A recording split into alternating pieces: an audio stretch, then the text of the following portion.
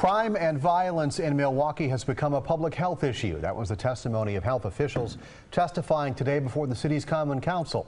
As Pete Zervakis explains, this was the latest in a series of meetings aimed at reducing Milwaukee crime.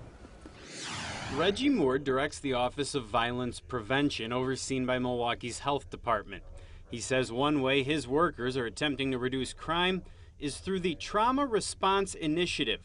Police officers responding to crimes in District 7 take note of whether children are present.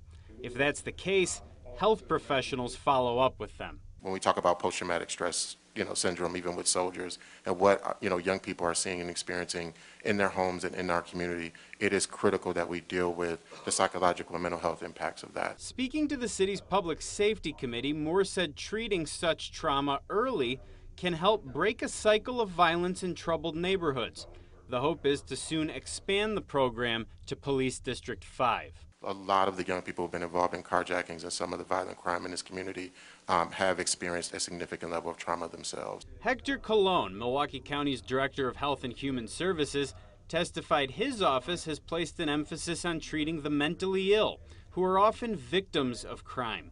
Colon says the county has invested roughly $20 million in crisis intervention, recovery services, and supportive housing. Chairman Bob Donovan says the plan is now for the committee to put forward an action plan for reducing crime here in Milwaukee based on the information it's gathered in this series of meetings.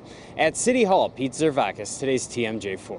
And other meetings featured testimony from the police chief, the sheriff, and the district attorney.